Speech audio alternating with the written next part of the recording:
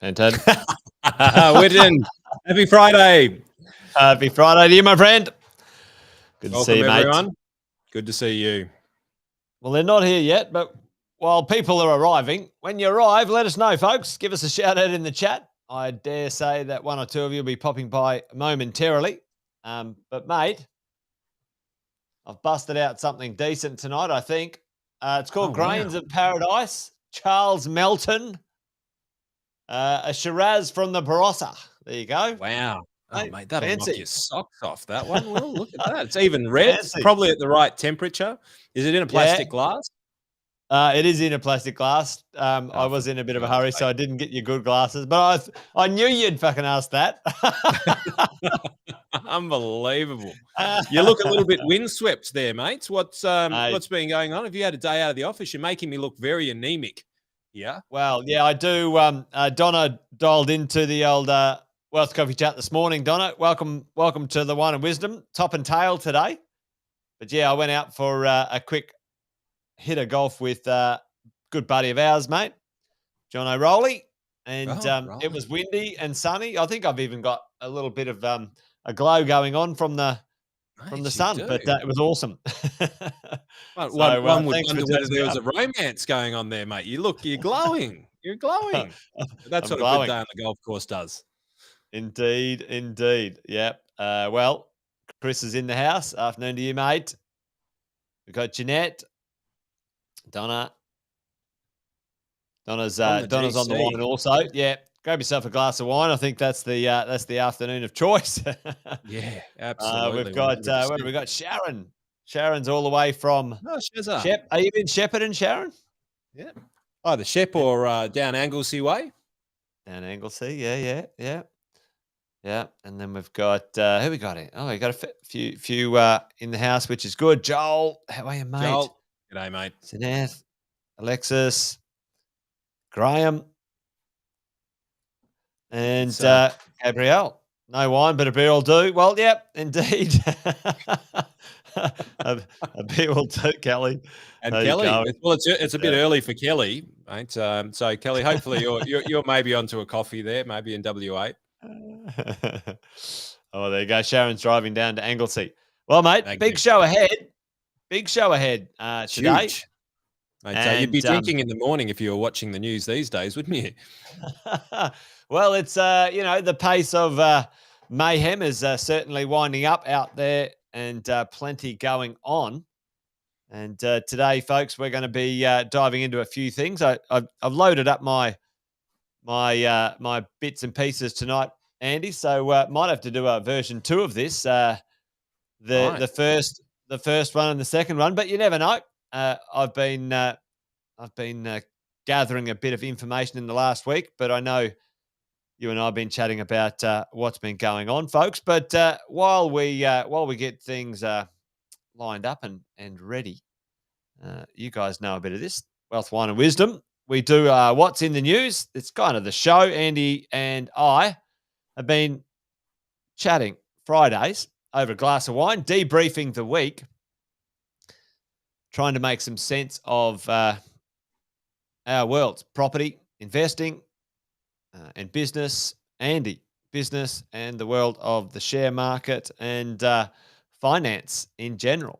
And it's a bit of a confusing time, has been for a couple of years. We started it when the COVID landed, and it has continued. So great to see all of you guys dialed in for the weekly debrief. And it kind of goes roughly like this. What's in the news?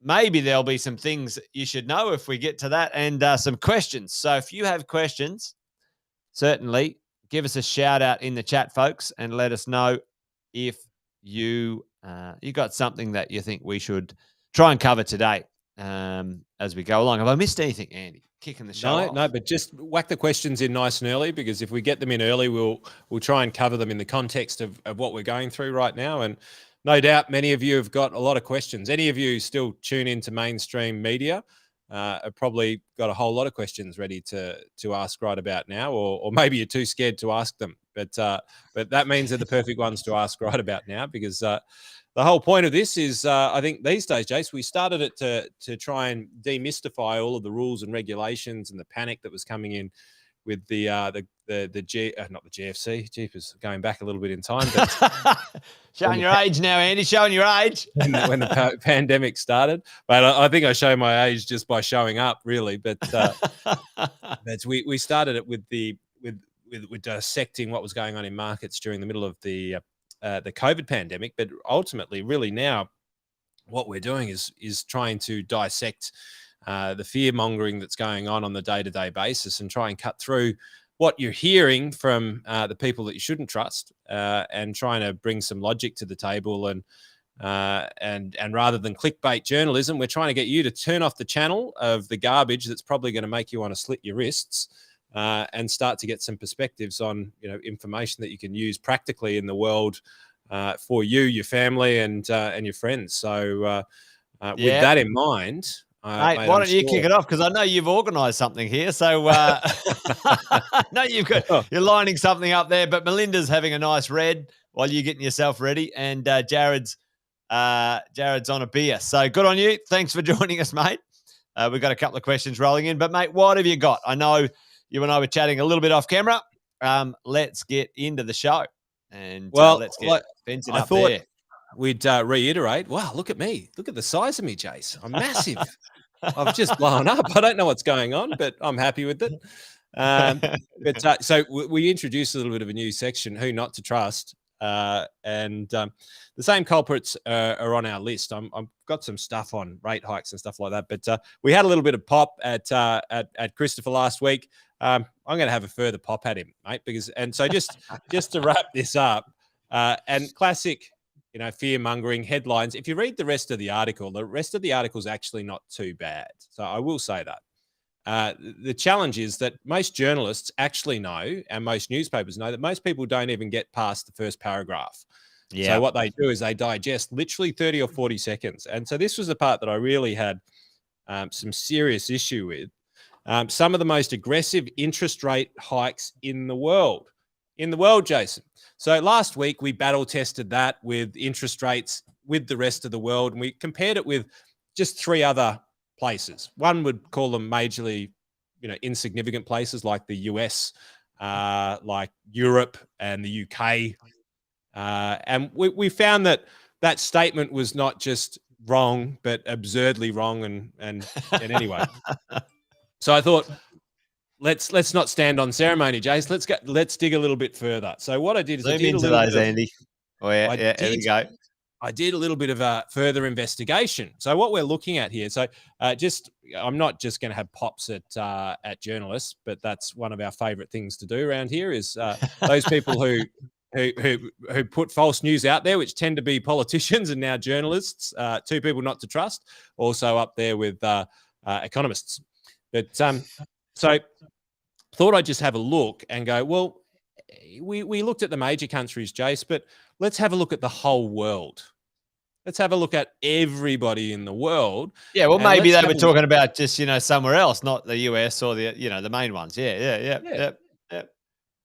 There's a big cross-section of people out there. So the most aggressive rate hikes in the world. So let's have a look at where Australia sits in comparison to the rest of the world with how aggressive we are with raising interest rates.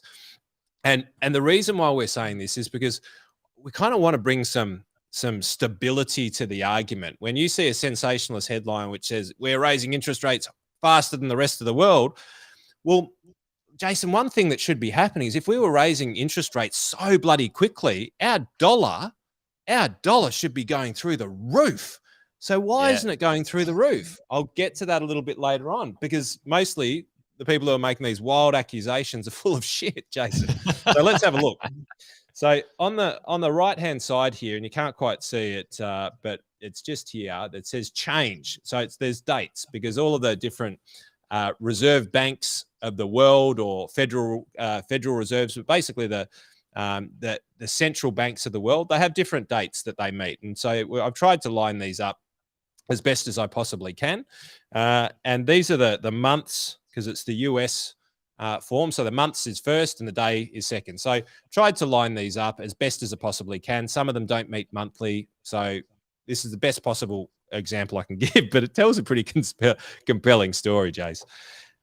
So if we were to be in the most aggressive rate hikes in the world, well, let's have a look at the least aggressive. At the moment, we've got Switzerland leading the way as the least aggressive rate hikes in the world. So, which means that they're dropping interest rates. Yeah. Well, sorry, there are some. So all of the green are going in the opposite direction. Yeah, right? going the opposite direction. Okay. So Yeah. all Okay. of the red. So I'm not going to address the green right now because they're kind of a different proposal. Different kettle of fish. Different things going on over there.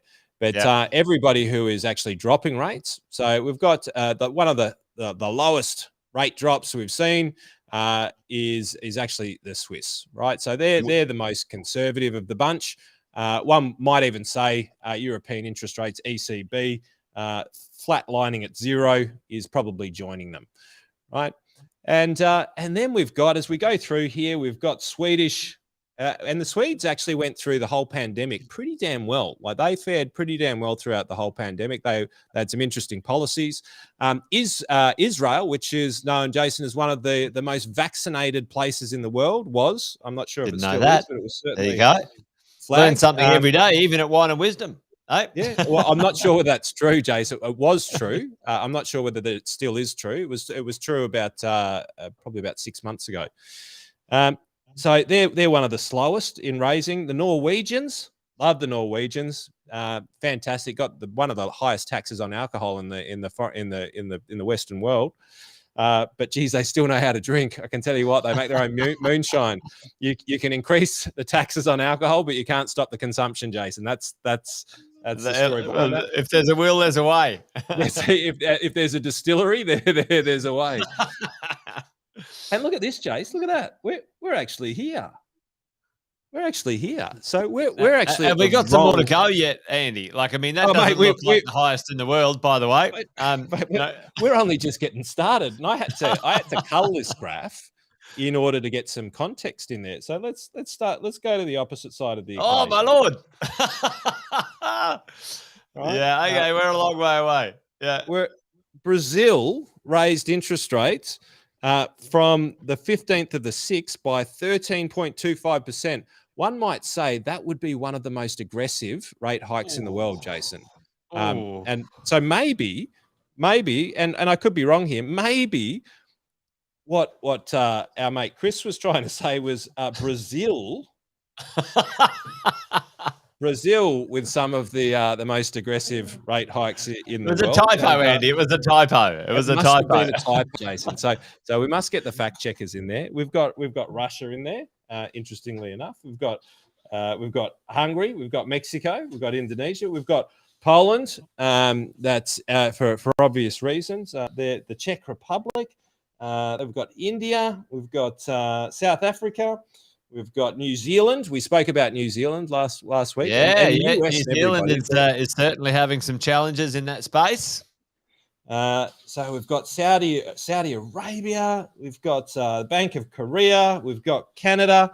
Mate, there is a plethora, right? When it comes to, and I know I'm having a bit of fun here, but let's get real. I mean, we are pragmatically raising interest rates based on inflation. And if you have a look at us globally, Jace, we're actually in the bottom as far as interest rate rises are concerned.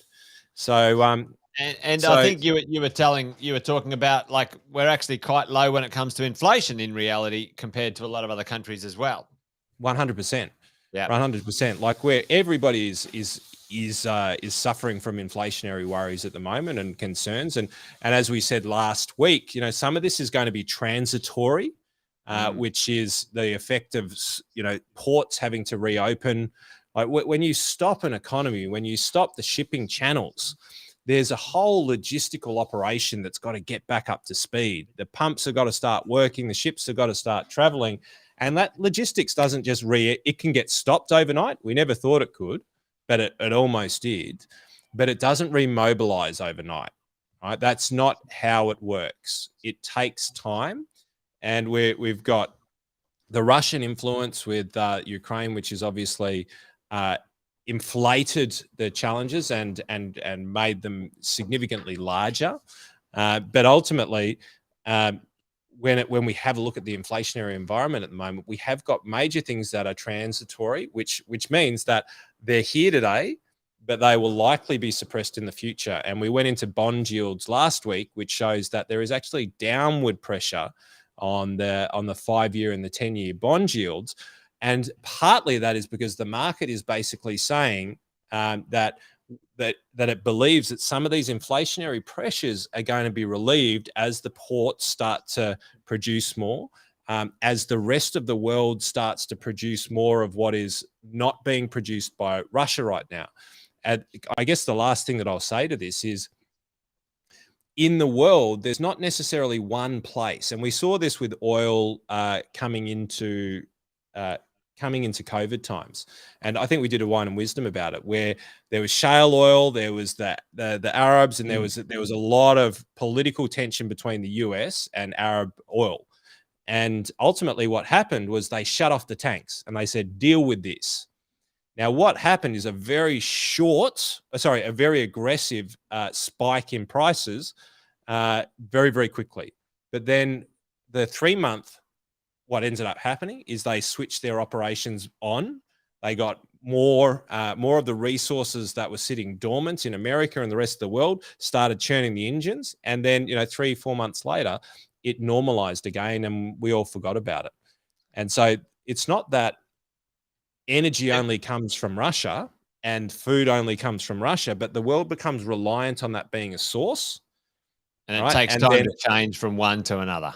Yep. It does. Yep. And that, these are the things that we need to understand, that it's not the end of the world, but it does have an effect. And how we think about this, how we conceptualize it, and how we look into the future with these things needs to be done with consideration of, will that economy be allowed to distribute back?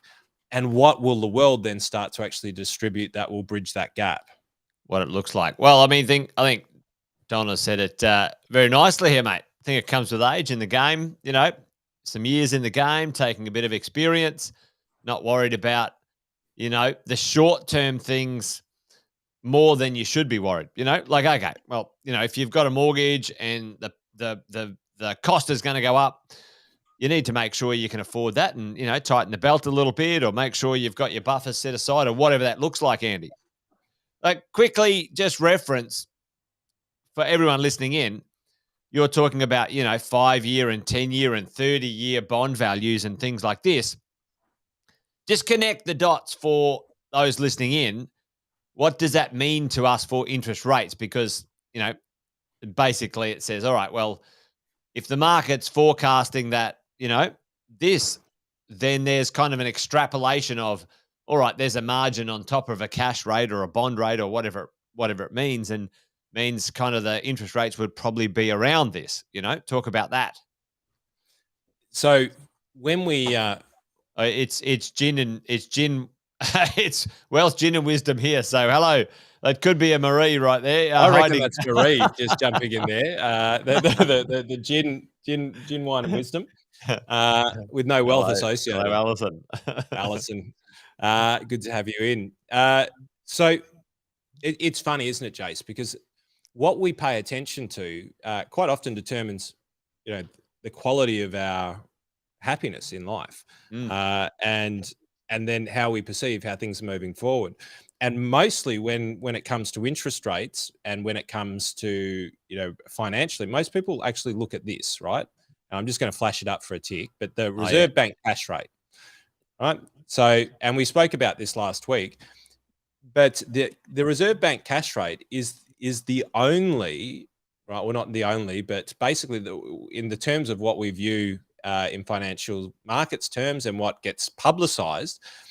How often do you hear about the 10-year? Let me ask a different question. How often do you hear about the 5-year or the 10-year government bond rate on the news?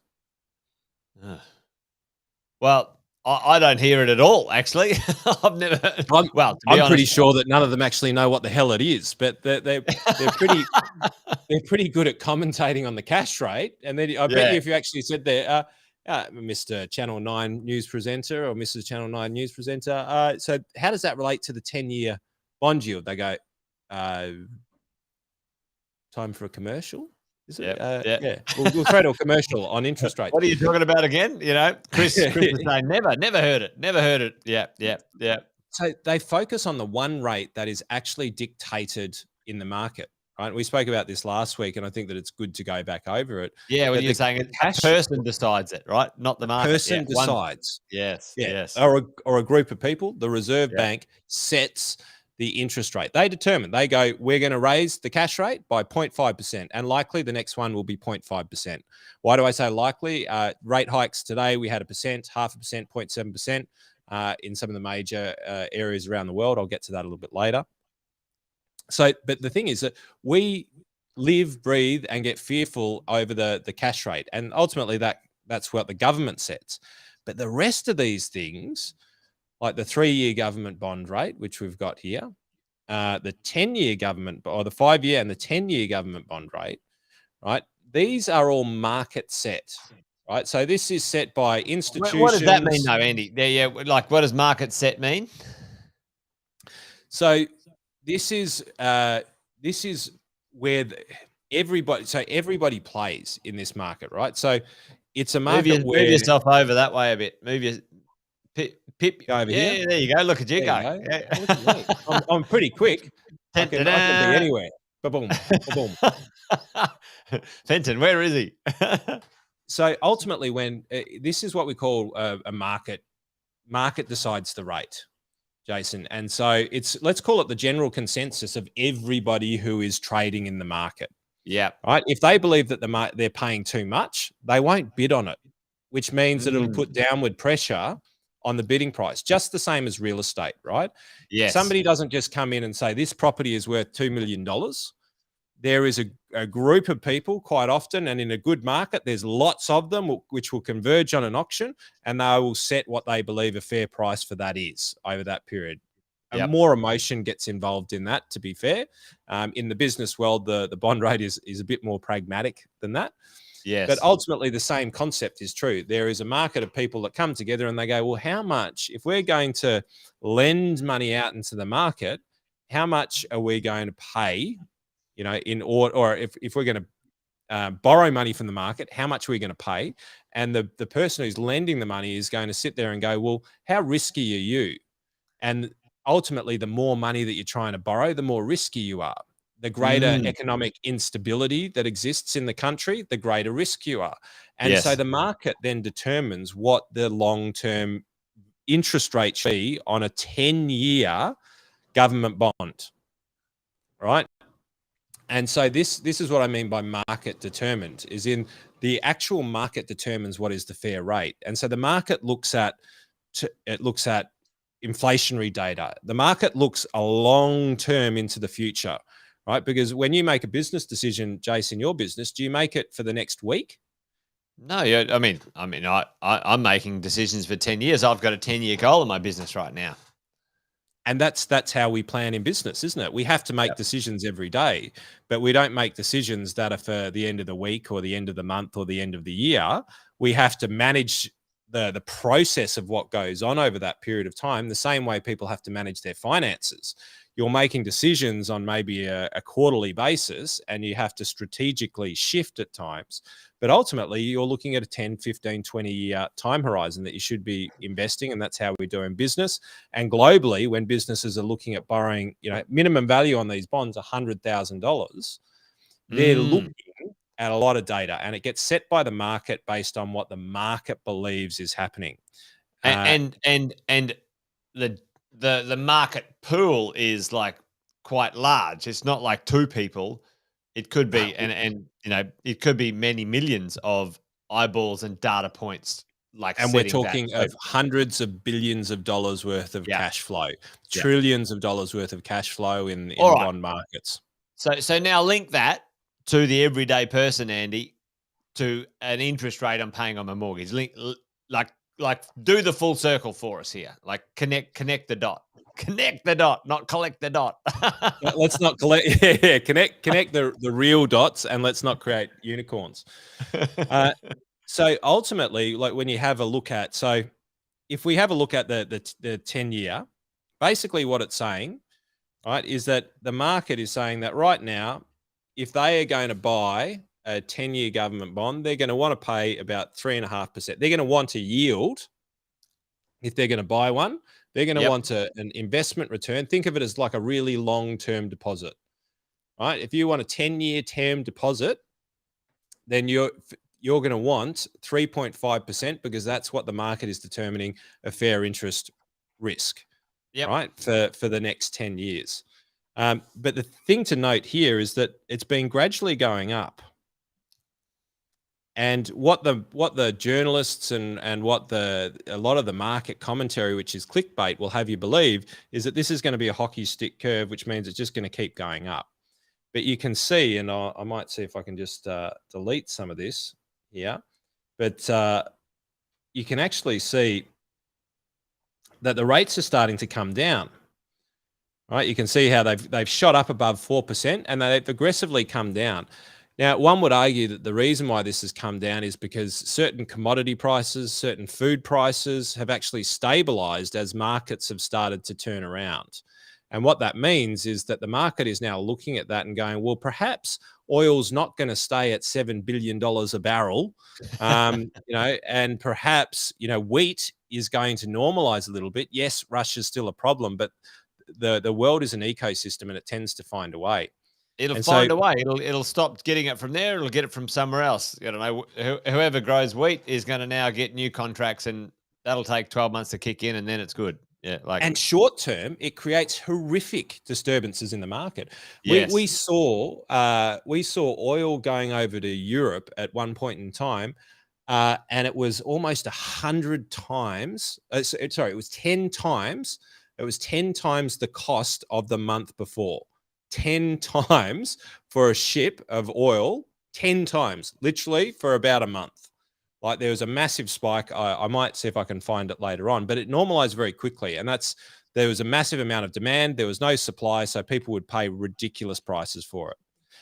Now, the world will start to normalize on some of these more scarce commodity items, which means that all other things being equal, it should put downward pressure, right? Downward pressure on some of these inflationary markers, which means that inflation, yes, we might be looking at 9% inflation right now, but is it likely that we're looking at 16% inflation in 6 months' time? No.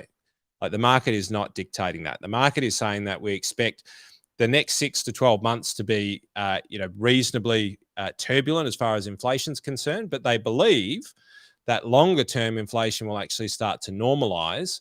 And the reason why we predict that is because the 10-year bond yields are actually coming down rather than going up. Because if they believe and linking those 10-year bond yields, Andy, to investors who buy and sell money, right?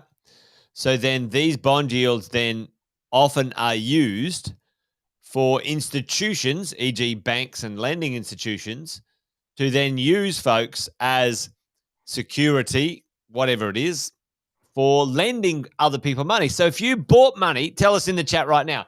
If you bought money at, let's say, what is it? What are we calling it, Andy? 3.5%. You bought money and your cost for 10 years is 3.5%, folks. All right. What would you sell? What if you owned money at 3.5%? If you owned $100 million at 3.5%, what would you want to sell it for, percentage-wise, over the next 10 years? Tell us right now in the chat. Like, because this is the game, right, Andy? Like, so the bonds are kind of like a version of, hey, people are buying and selling money at a certain number. Governments do it. Banks do it. Large, like a lot of big institutions and things do it. You can buy it at 3.5%. What would you sell it at, folks? Put that in the chat for me. What margin would you want to make? or more importantly, what do you reckon you could make on it? And Chris is saying, all right, 5.5 to 6%. And that's probably about right. price is going, all right, well, I'll sell it at 3.85. And this is really interesting. This is what happens in the market, right, Andy? Like, so if you 100%. buy it, then you've got people buying it at the same price, but their cost and want to sell it at a different price happens. And this is how you get pricing and interest rates in the marketplace. It's kind of And like if people connecting those believe dots. that there is a lot more risk, they're going to want a lot more of an. They're going to want a Yes. higher interest rate in order to invest their money. Right. So And Bryce is going to lend it to people who want a 70% loan on their own home and they're putting 30% cash in. But Chris is saying, hey, listen, I'm happy to lend it 5.5%, but the people who I'm going to lend that to might be high risk, 95% lending per se for a real estate investor, and I needed a mortgage insurance on the top of that to double my protection. And that's how I can sell that money at 6%, where Bryce is going, well, hang on, I'm not going to take that risk at 95%. So it's a like it's actually, and Chris is going on to chuck some LMI on that one. Well, LMI is the big rort. I think lenders' mortgage insurance is the big bloody scam in the world of finance. But anyway, don't get me started on that one. But effectively, what we're looking at is the difference between what rates are right now, Yes. where they're expected to be in 5 years.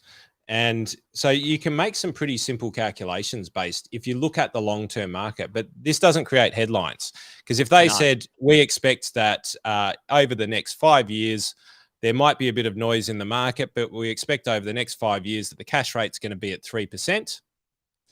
Do you think that that's going to create headlines? Well, no, it won't. It won't sell headlines at all. It certainly won't be the most aggressive hikes in the world.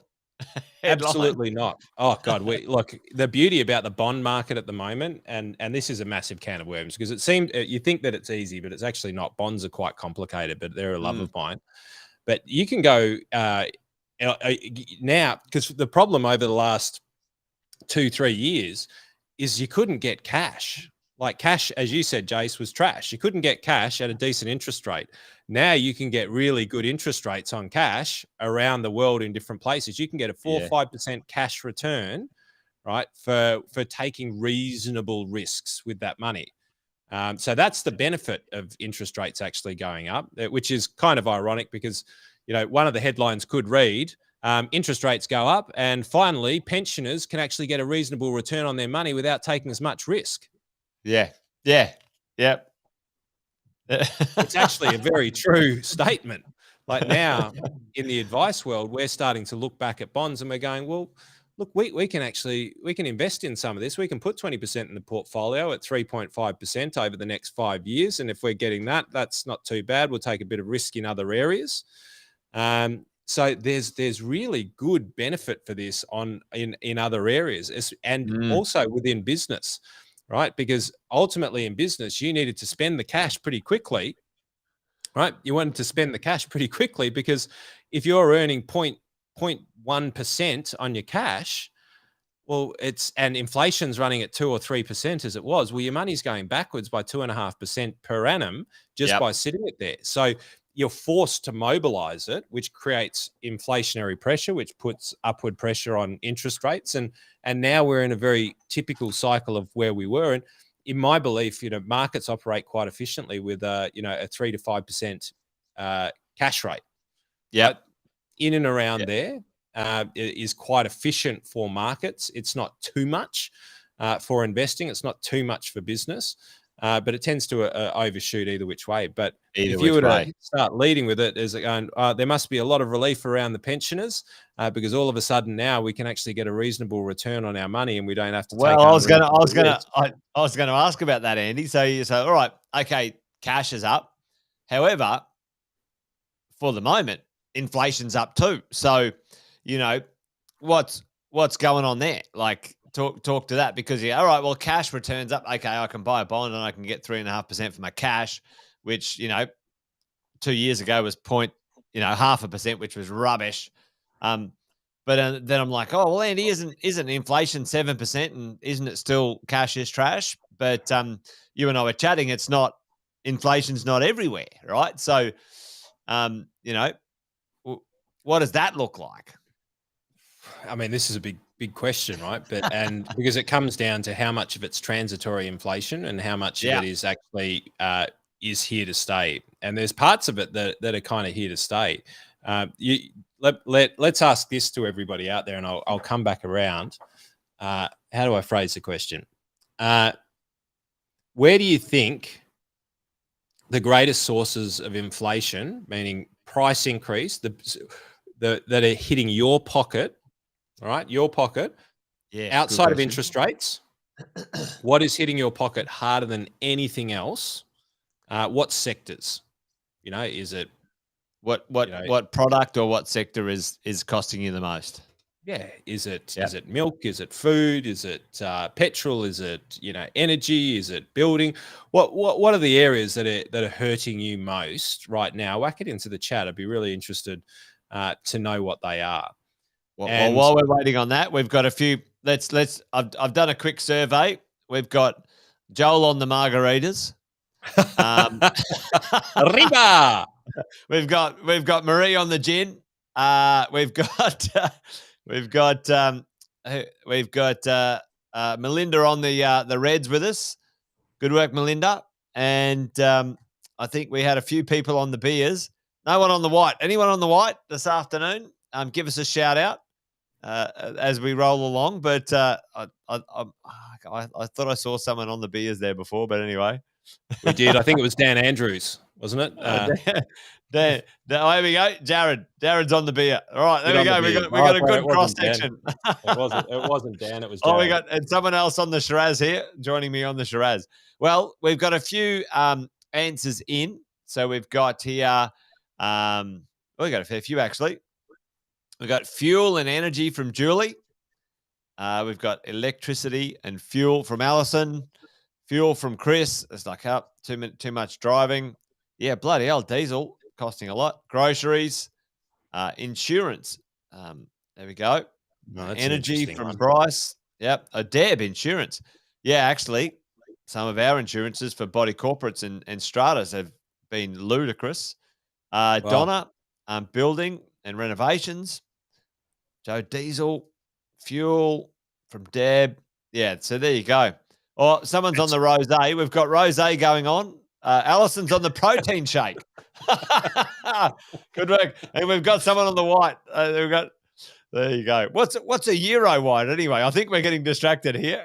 A Euro white. That almost sounds like a topic that we're not allowed to touch. It's not cash is trash in there anywhere, is there?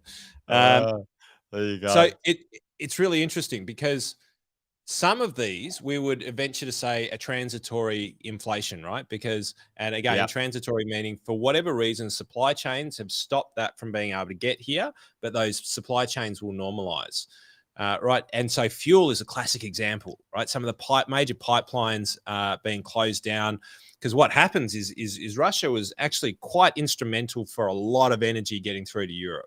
Right. And so a when lot you're of talking energy, we're talking fuel, like we're talking oil, Andy. Like, is that so? We're talking, kind of it encompasses. Yep. And I'm gonna kind of twist a few knobs here, because when we that didn't sound good, did it? I shouldn't be drinking.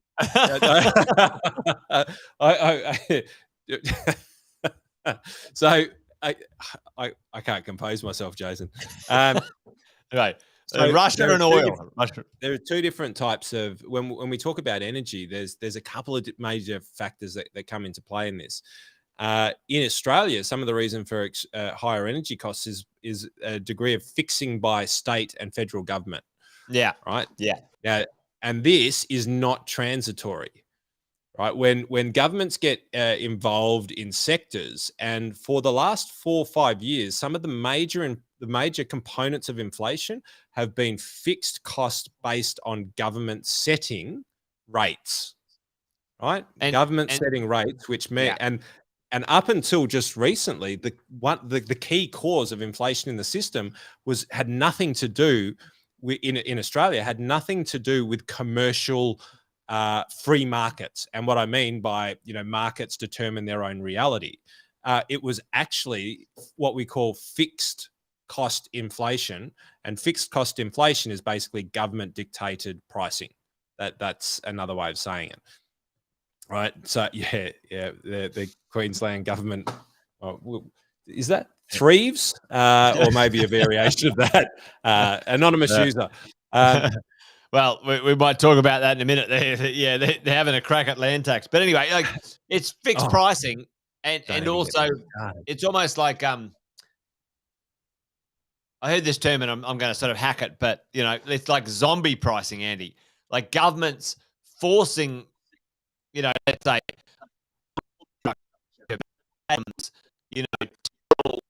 tax regime onto the market. The market's like, hang on, the free market would never shit.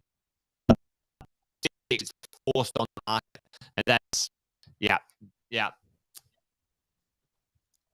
So what we have is we've got some forced market inflation, which comes from the government subsidy, and then we've got some potentially transitory stuff, which is especially in fuel, oil at the moment. And I'll bring a graph in next week about fuel, because literally the supply chains and fuel transports around the world is quite amazing. The only thing that I think is more amazing than the way that fuel gets transported around the world is how fucking water gets transported around the world. Like, how you, Jason, end up with a bottle of Italian water just blows my mind, because the amount of fuel that it takes to get it from there to here, it's out of control. But fuel gets transported around the world, and when that supply chain gets disrupted, fuel prices can go through the roof, and we saw them absolutely go astronomical. Now, when we're talking about this, we're talking about gas, and we're talking about crude oil. Yeah. Right. And so when those supply chains shut down based on COVID, ports stopping, then that slowdown has created a mass disruption. Right now, we're feeling the effects, and it's always lagged. And the reason why it's lagged is because most companies have things called forward rate contracts, which basically means that today I fixed my costs for what I'm buying. They usually fix them like 12, 18 months, 6 months, 12, 18 months. Yeah. Correct. Right. Because they've got to know that they can keep all of their talent employed over the next year. So they need to know that if they're going to buy oil in 12 months' time, that it's got to be at this rate, right? Because that's the rate that they're going to budget the next 12 months worth of expenses on. Very key to the markets. Key to the markets. So those of you who want to learn, let us know if you want to learn about futures markets and forward rate agreements. If you'd like to learn, whack it in the chat, and I'll give you an incredible resource where you can start to watch it. It's extraordinarily entertaining. You might remember the movie, Jason. I think it was called Trading Places with Eddie Murphy and Dan Aykroyd. Mortimer, we're back. We're back. We're back. It's a great movie that talks to you about. Yes, Alison wants to know. Bryce wants to know. Trading Places. Eddie Murphy, Dan Aykroyd. It was about pork belly and orange pork juice belly futures, mate. That's right. Exactly. No, I love it. So, but it's a great movie that sort of teaches you about these things. But so what ends up happening with this transitory inflation is that when oil prices go up, it doesn't hit the market straight away, because the companies have already got locked in prices, right? So this what is called the spot price, and the spot price is what we can buy it for today. Yes. Right. Doesn't necessarily mean that's what you're going to pay for at the Bowser. Right. When you fill your car up, that will actually transfer into several months to 12 months down into the future. So that effect, and businesses get smart in between there and there, right? They can control and manipulate a little bit of that over time and try and decrease the costs. Government, they generally don't decrease their slice of the pie, but the Liberals did pre-election, right? But ultimately, what ends up happening, spot price of the cost of oil comes down, so the cost of oil goes up, 6 to 12 months later, we feel it at the pump. Cost of oil comes down, 6 to 12 months later, we feel it at the pump. Yeah. Right. And that's what we're seeing right now, is where like oil prices are still quite high. They spiked extraordinarily high. They then normalized and starting to trend in a sort of a downward trajectory. Wheat prices starting to do the same thing. They've come off. Everyone thought that they were going to shoot for the moon, but they've come off. They've stabilized, right, in the market at the moment. And what this means is then when we bring it back to interest rates, the market's going, okay, well, oil prices aren't going to the moon. Food prices aren't going to the moon. So therefore, inflation's not going to continue to keep going up and skyrocketing out of control for the next 5 to 10 years. And as a result, we're not going to pay 20% for a 10-year government bond. That's way too much. We believe that short term, there's going to be significant amount of turbulence, but longer term, it'll actually sort itself out. That's how this longer term relationship with money actually works. And those people who are looking at, investments in stocks, which are priced daily, investments in houses, which are priced. They're trying to price them they're trying to price them like monthly now, which is ludicrous, but yeah. We need to realistically, and this is where it used to be 5 or 10 years ago. And I actually love a song, Wear Sunscreen, that a mate of ours, Kerwin, plays, and actually did his own rendition of, which wasn't too bad. Tag us on that one. And it talks about how, back in it was always when you look back at the world as you grow old, you always think that, when my dad was younger, politicians were more honest. And you have this belief that things were a little bit more utopian back in the day. But what we have now is we've got sensationalist type of news presenters, where back in the day, people actually reported a little bit more on the facts. That's my belief. I think that nowadays people are trying to grab attention, so they put clickbait headlines out there. And what we need to do in this forum, and what we need to do as investors, is actually start to re-educate ourselves on the stuff that's been around for a very, very, very long time. And Jace, you and I have a saying. It's not ours, but we say that history doesn't repeat itself. Yep. But it's an incredible mimic. And ultimately, what we need to do is kind of go, we have been in some way, shape, or form here before. And post World War II is a really good example of remobilization of trade. So there's lots of parts of what we're going through that we've been through before. And ultimately, Andy, when you look through some of the, let's call it the logistics of these conversations, the foundation of all of it is based on humans, people, emotions, and we're like, nah. Like, for the moment, maybe I'm a bit uncertain, but you know what? I'm not going to sit around moping forever. No, fuck it, I'll get back to it, right? Like, so, sometimes there's a shock, and it's like, all right, is it the emotional shock of the marketplace is just going, whoa, what does this look like? Like, pause, or is it fundamental, structural? Do you know what I mean? And 90% of it is emotional, pause, kind of human behavior. Well, my belief on where most people, unless you're a business owner, and this journey happens a little bit differently, but most people have never, ever had as much wealth as they have the day after tomorrow, and then the day after tomorrow, and then the day after tomorrow, right? And so most people end up going through life with more and more and more and more and more to lose, and a lot of effort that's been spent in the past that is attached to the accumulation of that wealth. The reason why I say business owners can sometimes be a little bit different is sometimes we can make it, lose it, make it, lose it, make it, lose it, and we get used to a fairly volatile journey. We go up and down. Well, look at that, Andy. Right now in the Australian marketplace, Australian wealth has never been higher. $14 trillion, like $1 trillion, well, this is the thing, because the headlines say that, God, I wish I had the slide actually, but the headlines say that we've never been in more debt than we have ever. Which is actual rubbish. But it's true, because there's more money in circulation than there ever has been by a factor, depending on which point in time. I mean, they just printed $1 trillion and put it into the system, but it's relative. It's how much wealth. Debt is only a relative measure. It's relative on percentage too, Andy. It's really interesting. And I don't know if I've got it right now because I won't be able to pull it up, but the relative debt. So the the percentages, so dollar terms, yes, but are Australians owning less of their real estate in my neck of the woods? And the answer is no.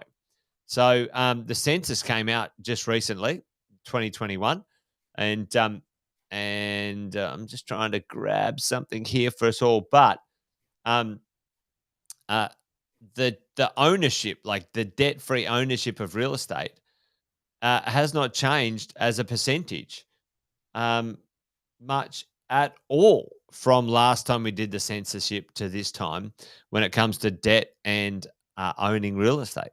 I can't find it just quickly off the top of my head, but I'll do that next time because I've got a bit of that data that'd be quite cool to sort of share with everyone. But it's interesting. And I reckon maybe we should get old Kerwin onto the show at some point in time and chat about the psychology side of it. Because, Yeah. mate, as a buyer, I love emotion. Well, you can trade the emotion, Andy, can't you? In the marketplace, it's like, all right, well, we know that's a short-term emotional decision, not a long-term emotional decision. We can take advantage of that every day of the week. When people are excited and going bananas, it's generally where I'll sort of sit back for a little bit and kind of go, okay, all right, well, maybe we'll just take a little bit of the cream and when people are scared witless, it's an incredible opportunity because people do extraordinarily stupid things Yeah, when they're unfortunately. in the grips of fear. And maybe we'll get, the big fella on at some point to chat about it because that'd be a great link into markets to actually look about the physiology, the chemistry that goes behind poor decision making. Yeah. Because let's face it, in financial markets terms, if we wind back to the bond market, if interest rates go up, markets will come down. That's a reality, right? You will lose if you sell out, right? Predicting when that falls is almost impossible. And if any investment guru or any advisor tells you that they, in my world, that they can pick the bottom of the market, run as far away from them full as of you shit. can possibly get. Yeah, Right? the other way for me is like if anyone can tell you, oh yeah, I've worked out how to predict capital growth in real estate, and like, nah, they're full of shit. They don't know what they're talking about. Like it's bullshit. It's there's plenty of things you can do, Andy, like to either, hey, what's my style? What's my indicators to buy at a certain time, or what's my strategy? What's my tactics? But if anyone says they know how to do it, they're full of shit because they don't control the market. They don't know the future. I think it was Buffett who said the market has the market can stay irrational longer than you can stay solvent. That is very true. That is very true. And hey, mate, we've got a few questions here. I thought would be worth maybe having a bit of a look at. One from Anne earlier on tonight. I hope you're still here, Anne. Talking about the land tax grab in Queensland. Here's some headline facts on that one, Anne. Andy, this is insane. It's how are they going to actually how are they going to regulate this across states? I've been asking this, right? So folks, if you don't know, Queensland has decided that on June 30, 2023, they're going to change the way land tax is calculated in Australia. So if you buy a property in Queensland and it's an investment property. Yep, thieves, absolutely rubbish. Which I completely agree with. If you buy an investment property in Queensland, they're going to say, hey, Andy, where else in Australia do you own real estate? So, number one, the Queensland government asking you to disclose information cross state lines. I don't even know how legal that is. We're not even allowed to cross the state lines when they tell us we're not allowed to. Hey, hang on, don't come into Queensland. Bullshit. You're a Victorian. Well, don't come in here or don't leave, like one of the two, right? So now they're saying, hang on, we want to know. We want to know your property somewhere else in the states that you're not allowed to come from. It's like if my Victorian buddies, they're not allowed to come across here. So listen, what I own in Victoria is none of your goddamn business. Yeah, right. So what they want to do is say, hey, listen, if you own property everywhere else, we know you cheeky investors are trying to hack the system and benefit from the tax-free threshold in Queensland. So we're gonna that's bullshit. If you own something somewhere else, you not only Andy, you not only miss out on the tax-free threshold, Oh, which I'm like, okay, if you want to do that, fine. But what they're going to do, folks, here's the thing, which I don't know how they're going to say, no, not only do you don't qualify for the threshold, but now we're going to take your Victorian property and bundle it in the land tax calculation for Queensland. Yeah, that's what. maybe they're just trying to get rid of people from Queensland because, Jason, if Well, I just move across the border just south of Tweed Heads or into the New South Wales side of Tweed, mate. then all of a sudden it changes, doesn't it? It's ludicrous. What? It's ludicrous. Anyway, I think the question is, Andy, how the hell are they going to manage this? Like, they haven't thought this shit through. They Oh, haven't mate, thought this stuff through. How are you this going to manage this it?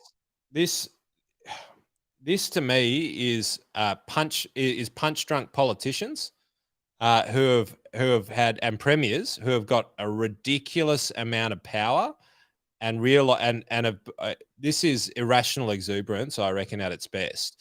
Well, Now, I I'm no mean, legal expert on this stuff, but I know a reasonable amount of it.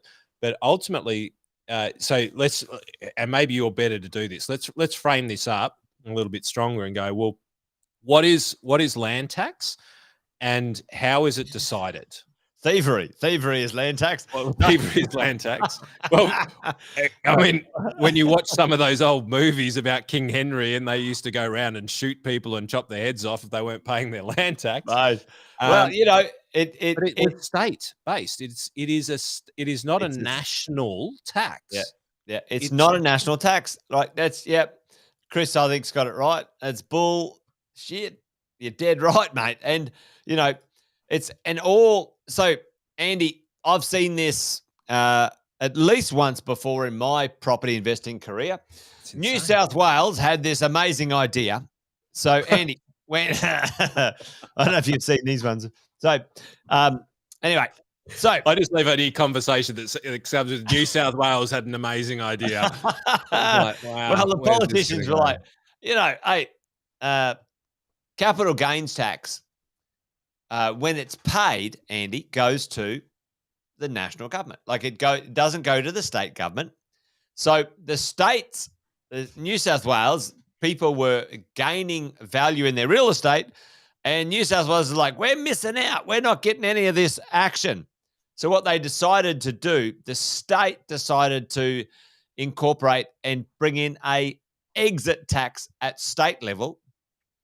So there was um, there was stamp duty and there was an exit tax. So there was an in tax and an out tax at state level, and then you had to pay capital gains tax at national level, which was bullshit, right?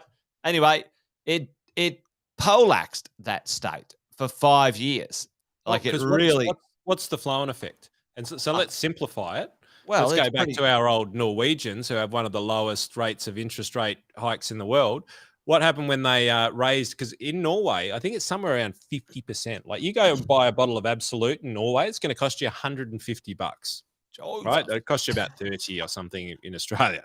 $150. That's expensive. So, do you think that and put it in the chat, do you think that raising taxes on alcohol in Norway stopped the Norwegians from drinking? Queensland's got cut. They have, they're punched.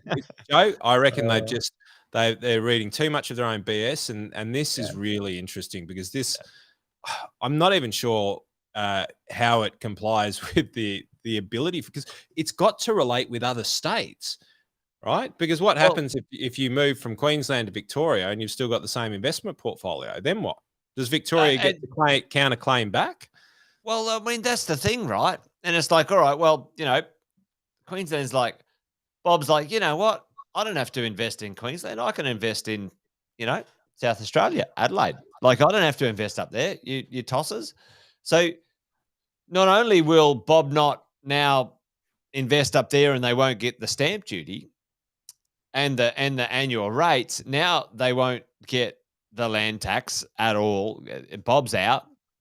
And then we won't get Bob's now supply renting his because own place in Queensland, and subletting is one that is his principal place of residence that he's not really living in Victoria, paying less land tax as a result of it. And mate, you can just see it. Alison reckons she's just going to make some moonshine. Moonshine. Well, that's what happened in Norway. All of a sudden the revenue dropped astronomically, and suicide rates went up. That's uh, actually fact.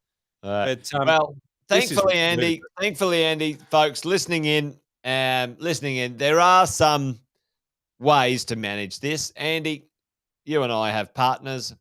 Your partner can buy in Queensland and not own anywhere else in the country, and it won't be a problem. Or, Andy, you can buy a property in Queensland in a company, a trust structure. It won't be bundled. Andy, it might be appropriate, folks. This is not financial advice, blah, blah, blah, blah, blah, blah, blah. It might be appropriate that you buy or you want to buy a property in a super fund, like an SMSF. or just not listen to anything that we've just said, because listen none of to what it. we've said has any relevance whatsoever to your personal circumstances. Yeah, which is good. I mean, Chris and Kat here said, "What if you own a property in your SMSF?" Thankfully, Chris, they're not cross ownership bundle. So if Andy and I were partners, very new age, they're not taking Jason's properties and Andy's properties and saying, "Hey, you own them as a group." They're saying separate names, separate SMSF, separate companies, separate trust, separate owners. I mean, that they haven't crossed that line yet. But there you go. Bob's saying not yet, folks. But so I think I've got an idea of where the next level of inflation is going to be, and it's government fixed price inflation. It's going to be in legal costs and financial advice. Yeah. It was Kerry Packer who said it in the House of Reps inquiry in 1991, in the Senate inquiry into print media. He said, "I've got a suggestion for you." Because this is quite legitimately, and from working offshore, I can validate it, is that the damage that the government does by changing laws and just writing legislation anytime the wind blows is nonsense. And basically what it does for investment and what it does for investment in Australia is investors in Australia go, well, we will not have operations in Australia, but we will rape and pillage and plunge your resources and your businesses out here, because we can't operate in Australia because you just cannot operate in an environment like this. It's just not possible. It can't be uncertain. Yeah. And Donna's saying, hey, it's dumb. It's stupid. This conversation that this Queensland government has started in land tax is, I think, ludicrous. But it will be really interesting to see whether it actually, because here's the thing, is that the Tax Act is actually legislated, right? Now you can bring in legislation over on top of it. You can amend the legislation the way that it sits, but I reckon there'll be precedent set on this, Jason, because there'll be enough people who will lose enough based on these ridiculous changes who are going to get a little bit pissed off and say, well, hang on, let's have a crack. And I think it'll be interesting times ahead, especially for corporations as well. Well, I mean, you think about this, Andy, and Alison, I reckon I disagree with you on this one, because in the past, the exit tax in New South Wales failed miserably. Right now, the state governments get stamp duty and GST. GST on construction, on new construction in your state, Andy, is it's gold right now, because the states have doubled down. They were meant to get rid of stamp duty because they now brought in GST on real estate. All right. So, but they've kept it, they've broken their promises, et cetera, right? And so what I think is going to happen, Andy, is the investors will just move to a new market. Adelaide, Canberra, Perth, Newcastle, Hunter Valley, these their places, own moonshine. And make their own moonshine. Alison, we're making our own moonshine, mate. That's the reality. That the system will find a way. And mate, there was I've forgotten who brought it towards. I've forgotten, you might know, but there was actually a proposal to reduce capital gains tax on property sales. And Mm, it was based off some interesting studies that in other Western countries, when they reduced the capital gains tax, because if you own a property that's gone from $1 million to $2 million and you're at 65 years of age and you're retiring, you go to sell that property, you have got a $500,000 assessable interest, so accessible taxable income. tax. So Yep. let's just ballpark it. You've got $380,000 to $400,000 worth of tax to pay, right? So do you think that that house is going to get sold?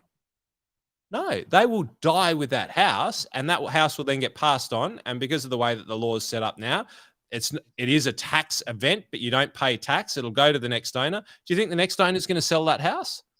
Not for love nor money. They will hold on to that as much as Yep. they can. They will leverage it up to their eyeballs, and they will use that money in great ways. And the UK created death taxes to manage this.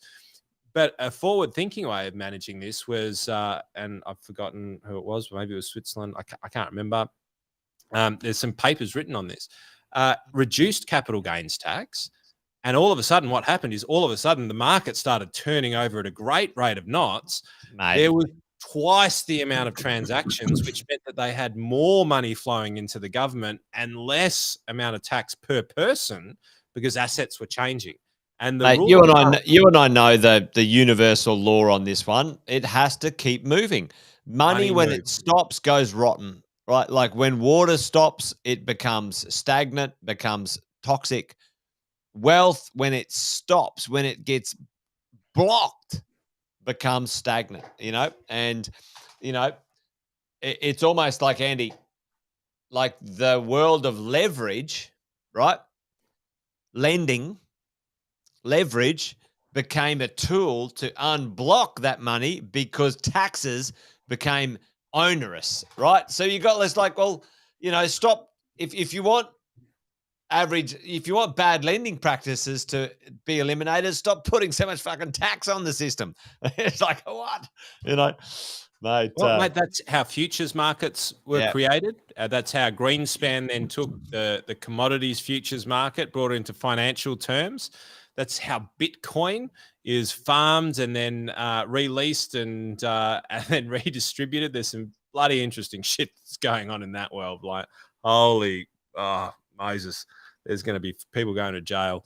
But ultimately, yeah, 100%. Leverage created the freedom of this money to be able to transfer because the transactional costs became so prohibitive. Yeah. Ludicrous. Of allowing that to transfer that it froze markets. And it has done for generations. And ultimately what we will see, blockchain, 20 years from now, the way that blockchain is going to impact transactions, world tax, is going to be revolutionary because what that'll do is it'll allow you to sell little bits of it over time, realize less of the tax over time, be able to there's a whole world coming. And hopefully the politicians won't have a rat's ass of what's going on. They won't have a clue what's happening in the background. It'll all just take them by surprise. But the reality is, mate, this is one of the most ludicrous things I've seen in tax and just political decisions. And my belief, which is founded nothing more on my opinion, and opinions like our arseholes, everyone's got one. And if it's in the media, it's designed to scare you into doing stupid stuff. But mine is that this is based off premiers post-COVID believing that they are Bruce Almighty. Yeah. And it's scary. And we've spoken a lot. We've talked a lot about political ambivalence. And mate, this one I reckon is one where write to your member. There's a reason why they're called a member, because they are a giant. Well, that might be. Yeah. Well, and I'm with you. Yeah, because I've already actually written to my my legal team to say, hey, how actual, like, is this actually from a privacy point of view, like legal? They've got no they've got no rights or interest to actually ask about my personal ownership interstate. Like, why? So where does this sit? I want to know what the guts of it is. So I've asked it, and I reckon we could mobilise. Andy, maybe this could be our flag we fly. Our reluctant step into political mobilisation.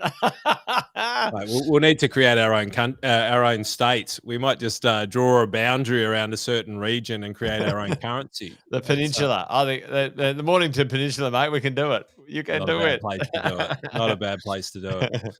But mate, Look, ludicrous and wow, interesting times. Interesting times. Like yeah. how you make decisions like that, how you pass them, how you get people to agree to them, how you justify them, how they exist long term.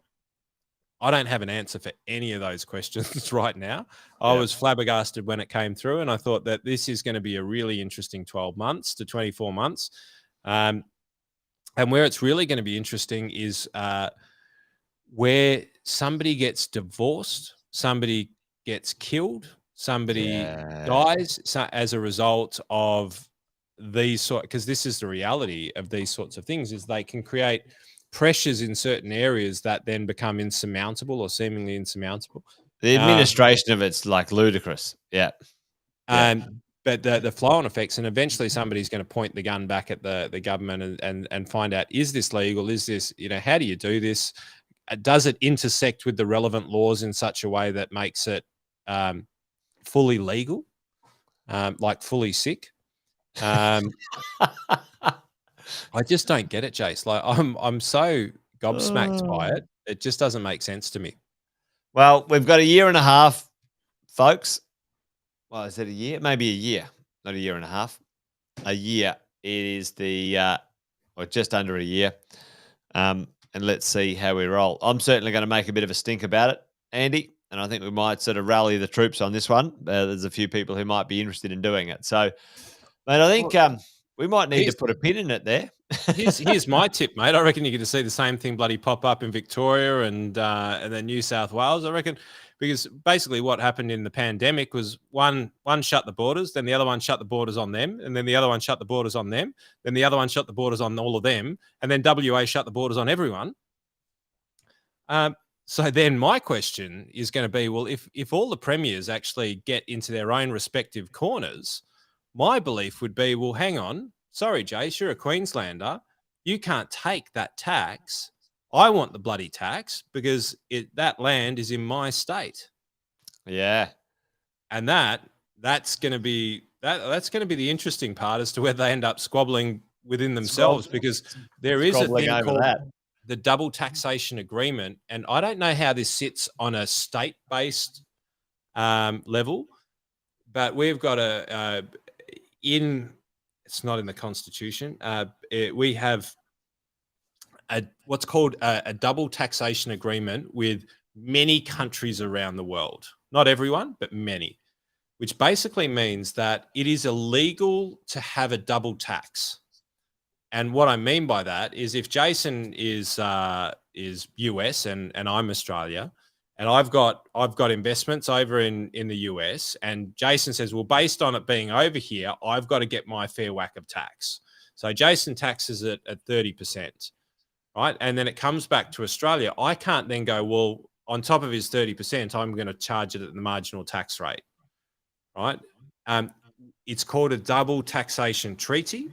And basically what it means is that there's a fair exchange between these countries. That means that you can't be taxed twice. So either, we need to take a concession in Australia, or we've got an agreement with the US, but ultimately you can't get taxed multiple times at the full whack. It's a really, I've articulated that poorly, but hopefully there's a broad understanding of what I'm trying to get at here. Now we're talking about state-based, and I'm starting to think, well, how does that actually apply? Do we have a double taxation agreement with the rest of the states? Because this to me now starts to come into a really unusual area of tax, which to be fair, I've never even thought about and I don't understand well enough. But it starts to beg some questions. If we can get along with our global partners in a way that we have a double taxation treaty with our global partners, but we can't within the states of Australia, what does that say about how united we are as a country? Well, mate, I think there's plenty to play out in this little space, and certainly we've got not a lot of time to understand what it's going to mean.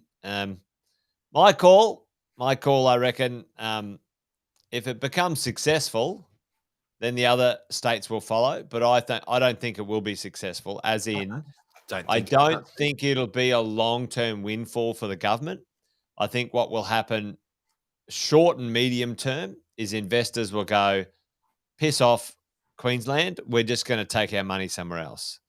I think that's Mate, that. Exmouth is amazing. Don't listen to Andy Fender. Well, it's a nice place to go diving, folks, but don't buy any property there.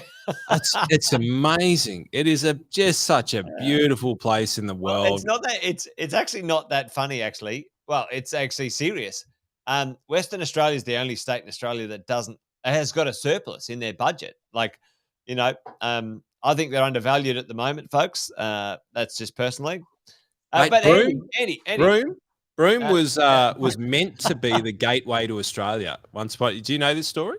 No, I don't know. I do not. My last drop of wine, Andy. You've got 1 minute to finish the story, and we'll let everyone go. But Broome was meant to, and I've got to remember the facts, and I don't right about now. So it's an anecdote to be finished in the future, and I'll bring all the facts back. But Broome was meant to be the gateway to Australia for international visitors through the top ends. That's why so much infrastructure actually went into the top end of Australia, Darwin, Broome, because that was perceived to be an incredible way of bringing everyone into Australia. It ended up then being Sydney and Melbourne. Terrible idea. They should have put it up the top there. It's where all the water is. And so my question is, maybe they got it right. It just took longer than they thought. And we'll see how it goes, because Coral Bay is a beautiful place. Exmouth, Point Sampson, northern WA, mate. It's an incredible neck of the woods. Well, mate, let's give it another 200, 400 years in Australia. Let's see how we go. Maybe they were just a little bit too soon, but they saw well and truly into the future. Well, folks, fantastic to hang out with you guys tonight. Really, there's a few questions we haven't answered, but as always, I think we'll that's a bit of them next week. Yep, we'll circle around. Yep. Really appreciate you guys hanging out with us tonight, and plenty to discuss, Andy. Lots going on. Mate, we were starting off and we thought that maybe we were a little bit light on, but there's so much going on out there. It's crazy. Mate, I didn't even get to anything that I had on my slide deck. But folks, mark my words, we'll circle around to this next week. There's plenty on the horizon right now that we all need to be aware of and keeping an eye on as property investors, as business owners, as share investors, marketplace observers. We need to really be across it. So you guys have an awesome weekend. Understand Andy? Who to trust, yes. Who not to listen to, and that'll make your life a safer place, a more enjoyable space, and more smiles on the weekend is what we wish for all of you, and appreciate each and every one of you. I love this one. Jared said he had 2 beers and half a wine. It was thirsty listening. All right, that's That's gold. That's gold. That's awesome, Jared. Well, thanks all of you guys for joining us tonight. And I think that's it from us. So it's a good night from him, and it's a good night from me. Good night. Good night, everyone. Have a good weekend. Have a great weekend, folks.